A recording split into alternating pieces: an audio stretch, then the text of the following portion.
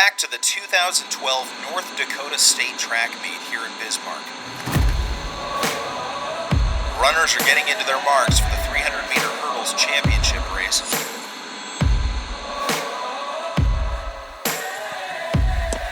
Nathan Offenkamp from Drayton came in today with the 2 fastest times in the state. While this will absolutely be competitive, this is Offenkamp's race to lose, folks.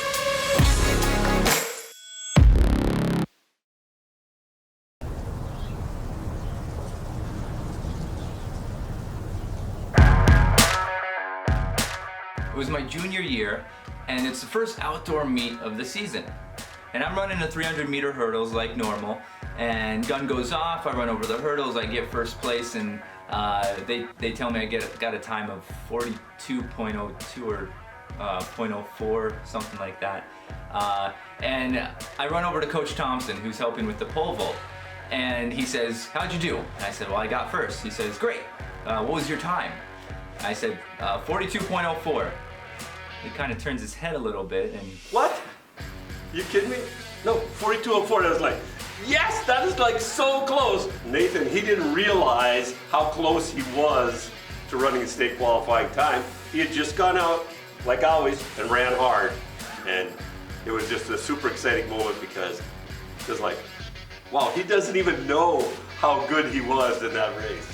And after he told me that, I kind of became possessed with qualifying for a state in the 300-meter hurdles.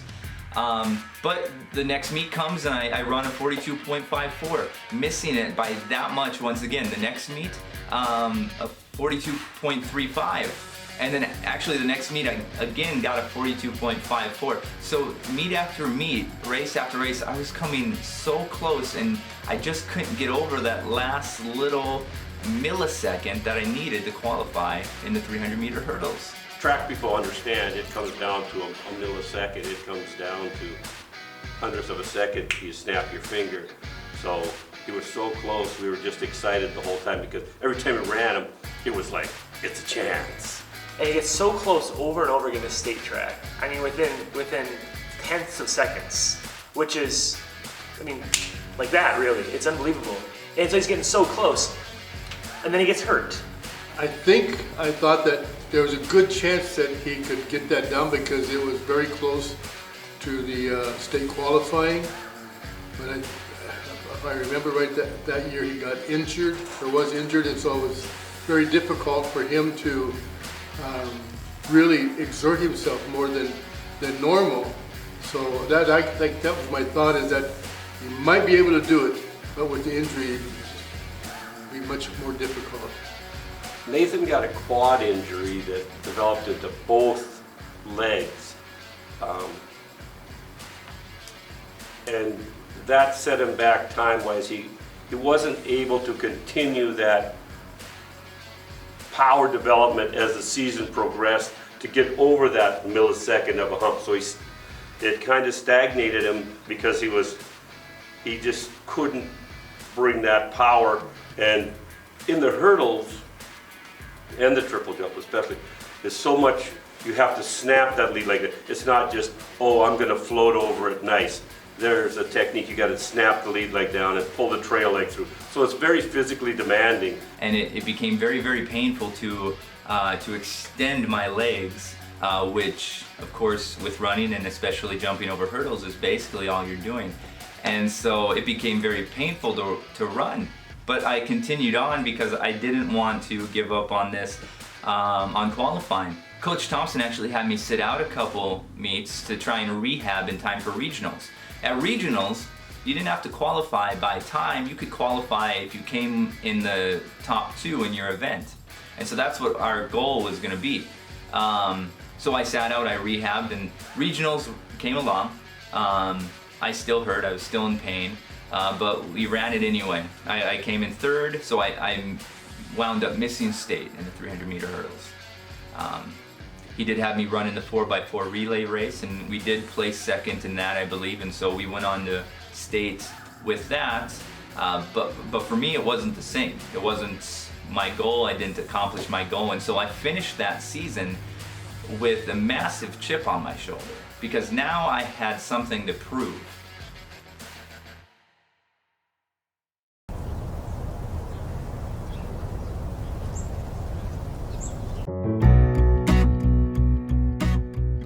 One of the things that makes Mr. Thompson's coaching style so incredible is that Drayton does not have a track, okay? It does not have track facilities. And so, when we practice our hurdles, we set up 4 or so hurdles in the hall, the carpeted hallway, and we run over them that way.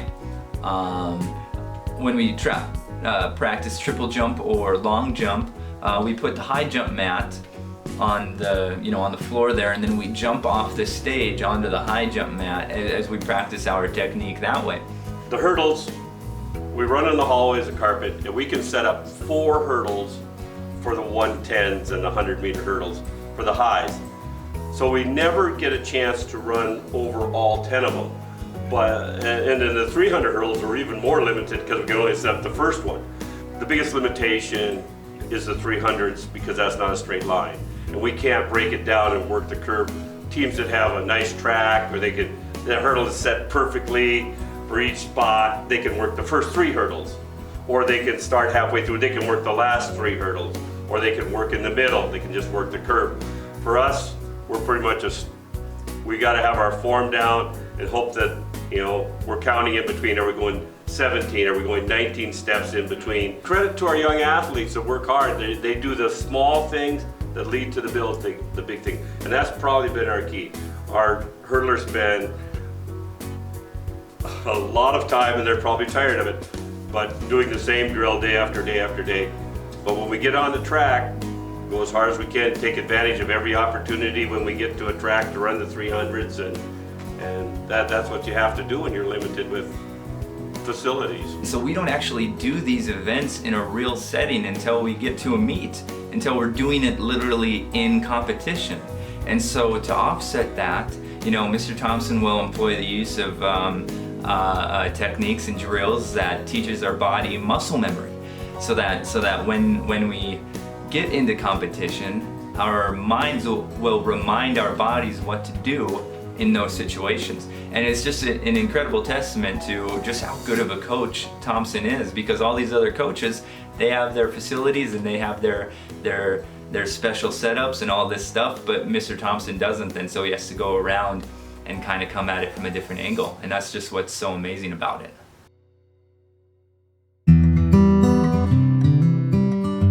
And Nathan and I think we, without intention, competed against each other throughout most of our lives, ultimately. And it's funny because I did track as a young guy, and he's about 6 years younger than I am. And so when I was in high school, I did track, and I remember as a sophomore, I qualified for states and in the high jump, and I was over the moon with excitement. So I was a 7th grader. The event was high jump, and high jump was actually the event that my brother Matt competed in and qualified in when he was a sophomore in high school. And so that was always in the back of my mind growing up, and then coming into 7th grade track. And I got last place, and I cried. I cried because I didn't reach these ridiculous expectations that I had set for myself. But one of the senior guys on my team came up to me and said, "Hey, man, you're gonna get a lot of chances for this. You're gonna get better. It's gonna get better." And I didn't believe him, and I kept crying. Well, Nathan, as he started out as a 7th grader, was a little bit more shy, but as he matured and got older, and his older brothers had been track athletes, so he'd been about track, so he understood it, but he became more confident. So he developed that more competitive, and was multi-athlete. When he was younger, he pole vaulted, he did some high jumping, he did some hurdles, he did some long jump, he did some triple jump, but always challenged by the most technical events.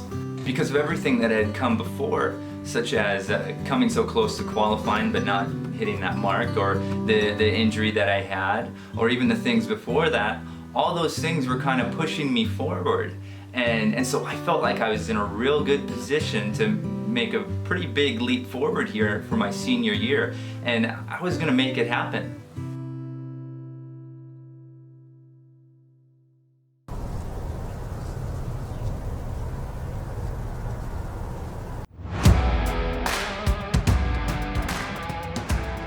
Well, my senior year had just started, which means that in a few short months it was going to be track, and so I wanted to put myself in the best position to succeed where I failed last year.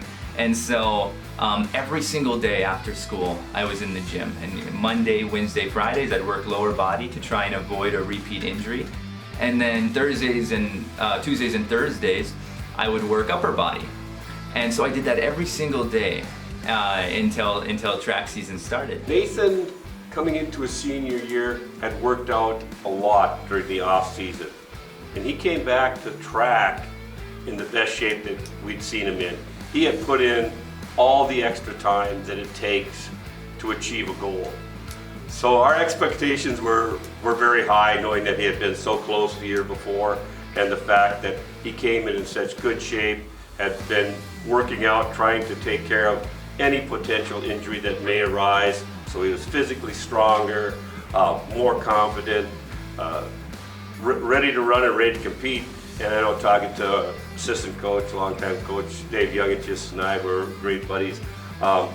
We were super excited because we'd seen Nathan develop over the years from kind of a skinny mini little guy to now pretty well chiseled and ready to get after going over all those obstacles. You know, I had all this potential as a sophomore, and I didn't really do anything beyond that. Nathan had this unbelievable motivation. I don't even know what it was exactly that motivated him so much, but he had this motivation to just excel in track. And so that motivation, like, quadrupled over that summer. Because I remember he told me he would wake up at night and think about hurdles. He would think about running. I think he would tell me, like, he'd over in his brain, he'd go through like how he's gonna do it, the things he need to do differently, you know, like, and that's the kind of stuff you hear from like legit athletes, which I am not. I would think about the 300-meter hurdles pretty often, okay?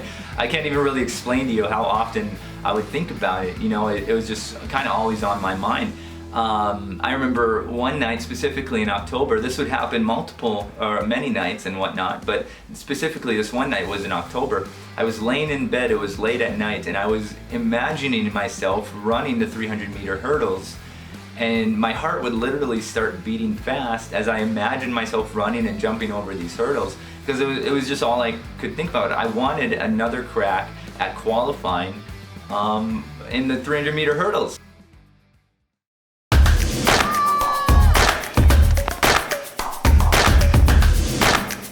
Then it happened. The second outdoor meet of my senior track season, I qualified for state in the 300-meter hurdles with a time of 40.84. And I was over the moon. I was so excited. But he had a good indoor season. He was looking strong, looking healthy, having fun, coming to competition with a big smile on his face, positive attitude.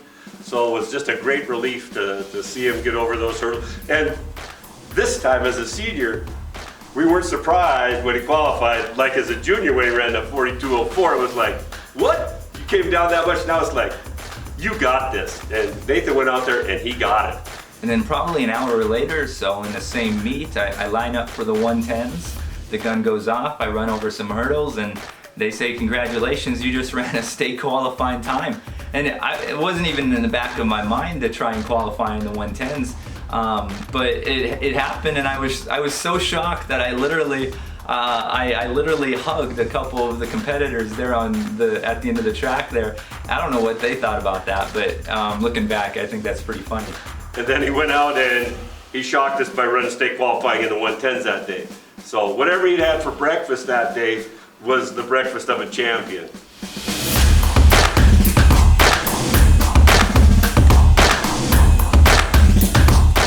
And then a couple meets later, I qualify in the triple jump as well. I hit a big jump. They tell me I qualified. Coach Thompson was there. I hug him. My dad was there watching as well. I hug him. It was one of the more fun times in my entire life. It was really pretty exciting, actually, that he was able to qualify for 2 hurdle races plus a triple jump, and he was pretty good in the triple jump usually, and it was fun to watch him.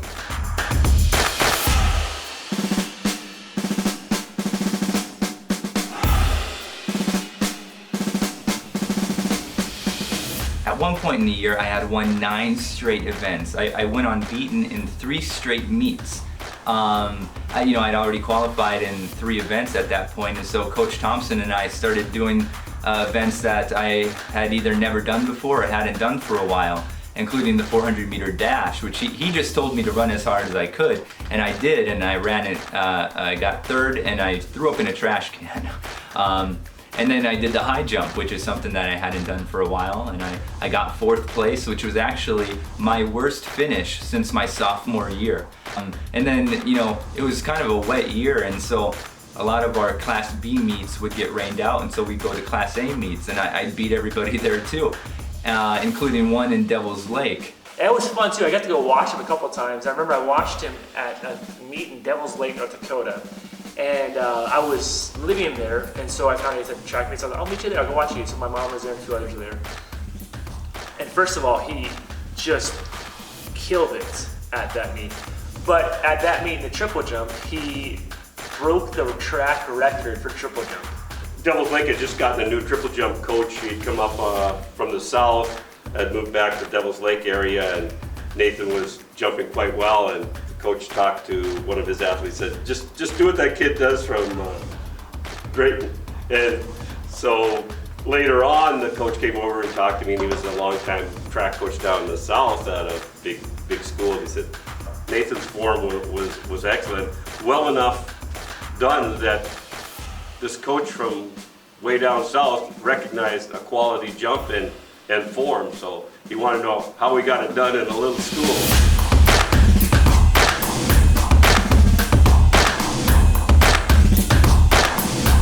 It was kind of exciting for me because this was the first year I was off of the farm. I had worked every summer for 23 years on farms, and at the end of the last year I decided I wasn't going to go back anymore. So I was able to go to all of his track meets, which was very exciting. I wanted to be there. And for some of my other kids, there was sometimes when I wasn't able to go to their things. But it was great to be able to go there and to see him, especially since he was winning most all of his races. So this track season, he was able to come to every single one of my meets, which is just really, really cool. And then of course my mom would be there too most of the time as well. And then also probably every other meet, one of my siblings attended and was able to watch me and cheer me on, and that was just so fun.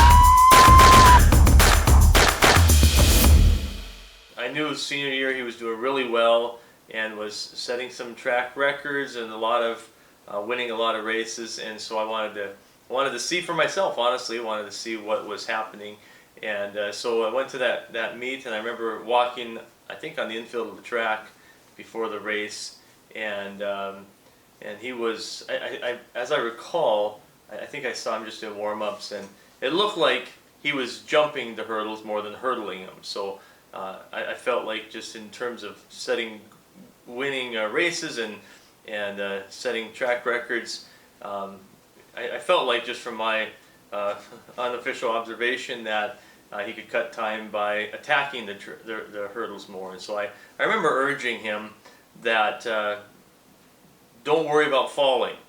Just attack the hurdle, go over it as fast as you can, because your only chance of winning a state track is to get past the hurdle as quick as possible. You can't worry about falling. If you worry about falling, you're going to slow down and you're not going to win. And so my first recollection of that senior year was that little tidbit. Don't worry about falling, just get over as fast as you can, because you're not going to win unless you attack every hurdle.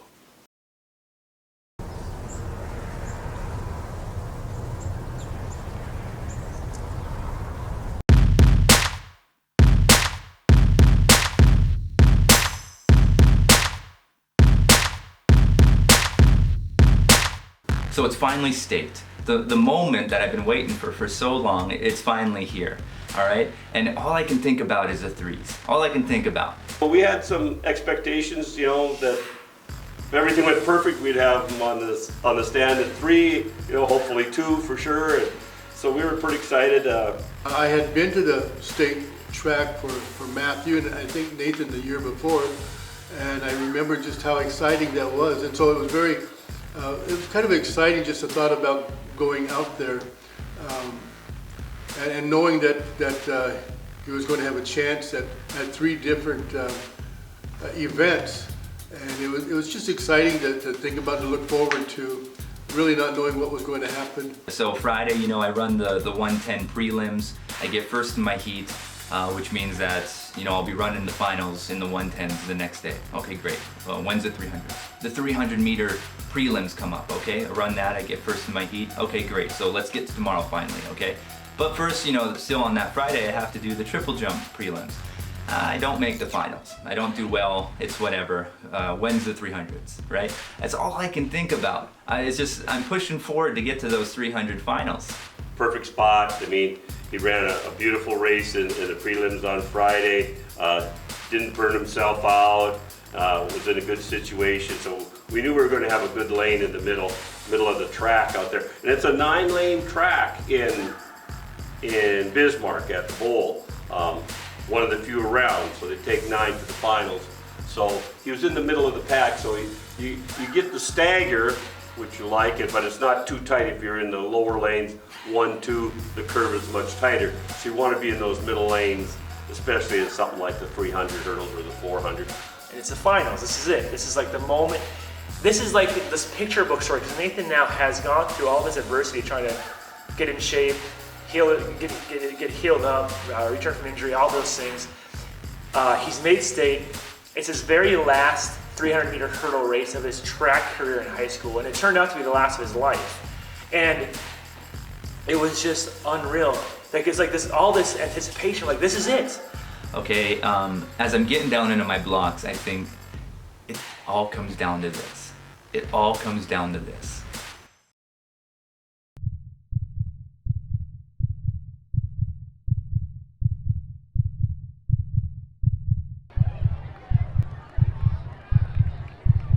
On your marks.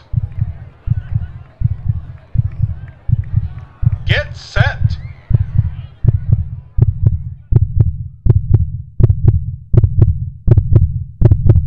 The gun goes off and the race has begun. Baker is off to a strong start with Ulmer not too far behind. Offenkamp is near the middle of the pack as they approach the first hurdle.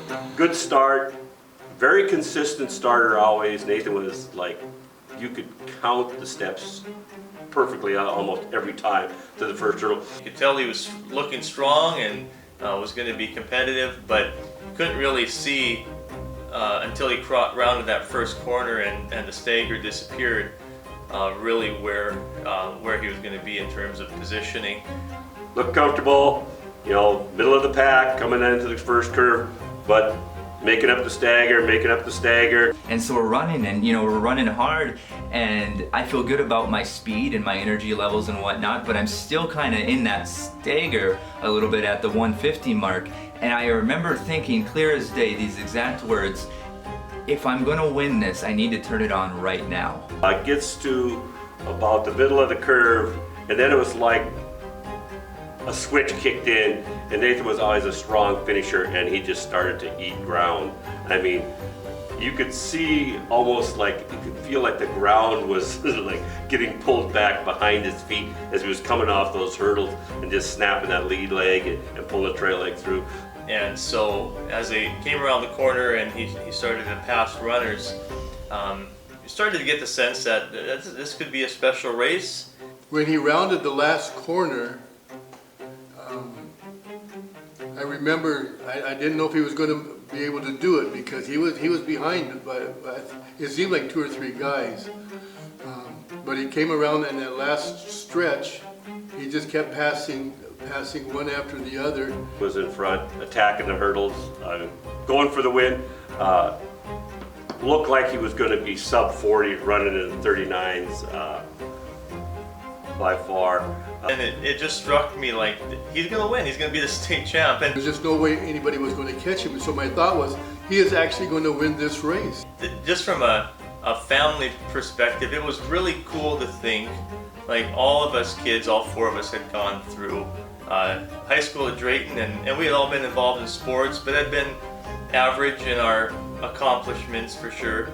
And so it was kind of cool, the last child in the family, and the last event of the year, and the last race for any of us. And Nathan was going to be the very first state champion for the coach in Drayton. We were all, and he was excited for that too. That was almost more exciting to him than anything else, was being Coach Thompson's first state track champion. I can see the finish line. I can see my goal right there. This is actually gonna happen. I'm gonna bring a championship home to Drayton. I'm gonna bring a championship home to the Offenkamps. And most importantly, I'm gonna bring a championship home to Coach Thompson. Oh my gosh, Offenkamp hits the last hurdle and is down. And as he's following through, you bring your back leg as he falls through, his leg catches. And he falls flat on his face. And hit that last hurdle, and Nathan went down hard, and I thought, oh my. And I catch my trail leg and I hit the ground hard. An audible gasp comes out from the crowd, and the first thing I do, you know, two people pass me immediately. The first thing I do is I clamber forward and I reach my hand across the finish line. puts a hand across the line, and you can just see this disappointment, discouragement, but he finished, he crossed that line in third place. I felt bad that, you know, I probably hadn't reinforced enough that we always got to get our torso across. And after everyone else had crossed, someone yelled out, "You have to get your whole body across." And just in the matter of 3 seconds, he went from state champ to 9th place. Thompson had told us, and you know, race officials had told us and all that, and so I knew, but it just wasn't in my brain at all in that time. I wasn't in that state of mind to think that. And you know, I stand up, I lumber across, and then I fall back down on the track.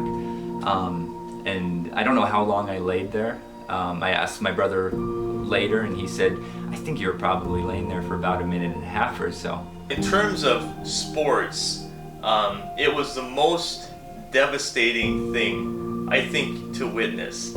I wasn't there. I was on the phone. I heard about it. I think Lucas maybe was even live on the phone with me at the time.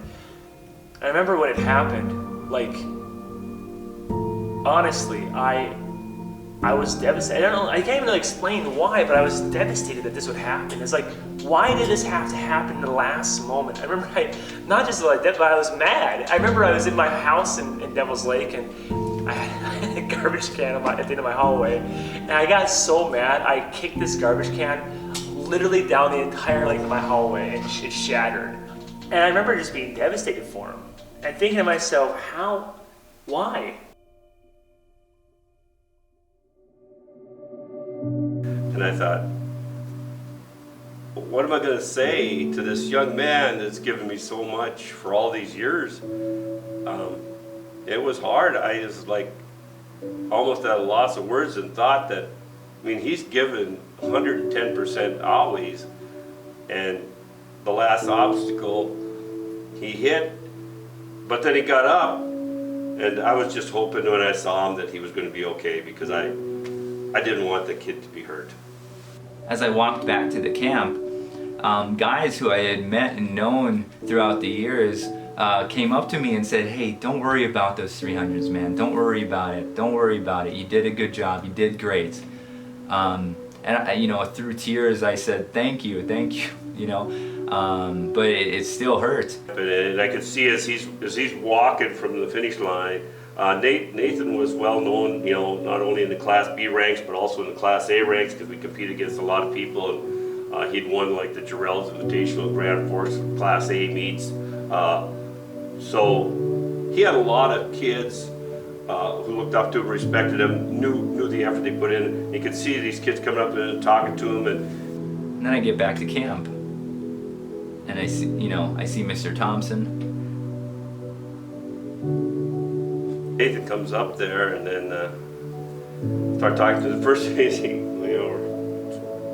crying and gives me a hug and said, I wanted to win that for you. I wanted to bring you your first state championship, which was, for me, it's never been about me coaching these athletes. It's about trying to give these young people opportunity to perform and shine and do their best, and so that was like, wow, here's a kid that just did this, and he's more concerned that he didn't win, not for himself, but for me. And that's something that as a coach you'll never ever forget. Never. I walk up to him and I hug him and I just say, I'm so sorry. We talked for a little bit and said, hey, you've got the 110 hurdles coming up in a couple hours. Are you good to go? Yeah, I think I can go. And then our assistant coach, Dave Youngich, just talked to him. And that's when Mr. Youngich, coach, we called him Youngie. While I'm sitting there, Youngie gets up from his seat and walks down towards me and stands in front of me. And he knows that me and my whole family are Cornhusker fans. And so he reminds me of Tom Osborne, who in 1984 at the national championship, he goes for 2 to win it instead of hitting the extra point to tie it. Well, the 2-point conversion fails. Huskers and Coach Osborne loses. Osborne will not get another chance at a championship for 10 years. And so I remember these exact words that Youngie said. He said, Osborne had to wait 10 years. You have 2 hours. And so that amped me up. And I get up and I say, yeah, you're right. Let's do this. And so I go to Thompson and I say, what can I do to get prepared for the 110s? And he sends me off to do some drills and I go off and I get loose. Every ounce of motivation that I had for the 300-meter hurdles for the past 2 years was now solely funneled into the 110s. Up to this point, all I could think about were the 300s, but now all my thoughts were on the 110s. I was ready for this race. If I had an opportunity to give you some advice, I don't know that I did, but just try to put that last one out of your mind, the disappointment. And I wasn't real sure how he would respond. Because that would be hard to come back after having lost that race and then to do your best. So Nathan has to again reset his mind after falling over the last hurdle of his high school career. It turned out to be his last hurdle of his career, period. Had to reset his mind and get back in the zone. And then I remember hearing later he had one more race to do still. He was in the finals for the 110 high hurdles, which again is a very difficult race. It's after he'd fallen. Now, there's something in athletes to be mentally tough. And one of the differences between being a good athlete and being a great athlete is mental toughness, the ability to kind of move on and push past what is holding you back. And Nathan came back, and like I described it in the article I wrote for the paper, it's like a phoenix rising from the ground, from that fall to coming back, regaining his composure. And he's in the finals now of the 110s, and he runs the fastest time that he had ever run in the 110s. And I don't know how you convey that to other young athletes and other people that sometimes you just have to get up. And you may not want to, and your emotions are down, but somehow Nathan found it not only to go out and just compete in those 110s, but to run his absolute best race and clear 10 hurdles and run a personal best time and finish 3rd.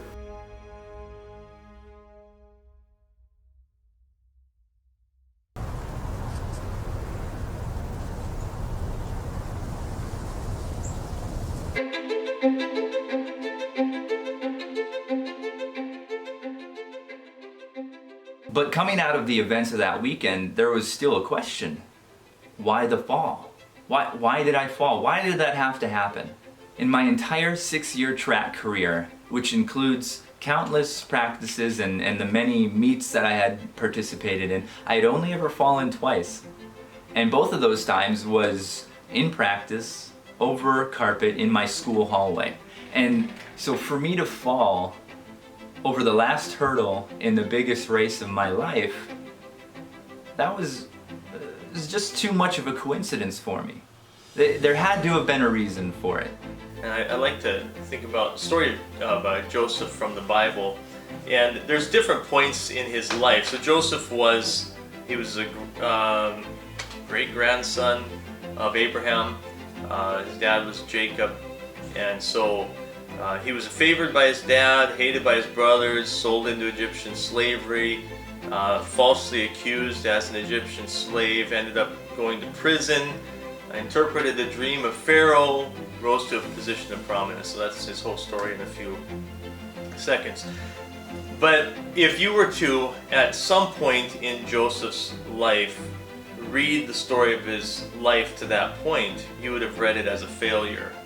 So he, let's say at the point when he's in prison, let's say that he said, if he judged his life at that point, I'm a failure. I'm in prison. I've done nothing wrong. And let's say that at that point of disappointment and abuse that he was taking from those around him, let's say at that point he judged God to have been a failure to him, he would have cut off the story of God's activity in his life forever, because he assumed in the moment that was the rest of the story. You see, what I didn't realize is that it's the same thing that I didn't realize in 7th grade when I got last place in high jump. I'm in the middle of my story. I'm not at the end. And ultimately, I'm not trying to be crude, but he failed in this moment because he tripped on the hurdle. But something we know as Christians especially is like God takes those failures, takes those bad things, and if you're called according to his purpose, he turns them for the good of those who are called according to his purpose.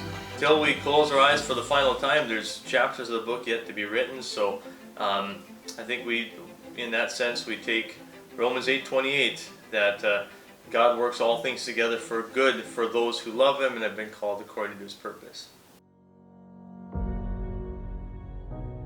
And Luke asked me once, would I rather be the guy that fell, or would I rather be the guy that won because of the guy that fell? And honestly, I would choose that first guy every single time. The story would have been much better in the sense of finishing the race and taking first in the 300s, and then being so high on the adrenaline and taking first in the 110s. But the truth is, I think Nathan has more of a story now because of failure than he does because of success. And so, when we think about huge disappointments at different stages of life, such as the state track meet, we can look at that point and we can judge our lives based on that moment, not realizing that God has a story. And look, people have had far, far worse moments than this little moment that I had at state track. But the fact is that whatever your moment looks like, the moment that you're in right now, it's part of a larger story that God is trying to tell in your life. So instead of asking, oh, why did this have to happen? Instead ask, all right, God, what are we gonna do next? What are we gonna do now? James 1:2-3 says this: "Consider it pure joy, my brothers and sisters, when you experience trials of many kinds, for you know that it is the testing of your faith that produces perseverance." That sounds awesome. I want that. Bring on the struggles, bring on the pain, bring on the pressure. I want to grow. Now that doesn't mean that I seek those things out, but it does mean that I don't worry as much when they arrive. C.S. Lewis once said, "Heaven, once attained, works backwards, to turn even that agony into a glory." So the crucifixion, bad. The resurrection, good. A death in the family, bad. Your family coming closer together because of it, good.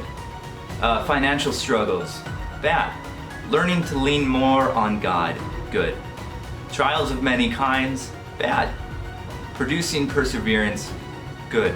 The moment you're in only becomes bad when you decide not to do anything with it in the next moment. So I'm glad for the problems that I had my junior year, all of them, because it taught me that hard work really does pay off. And I'm thankful for the fall, because it taught me perseverance and to get up and keep going. And I'd gladly trip over 100 hurdles if it meant growing closer to God. And to top it all off, it makes for a really good story.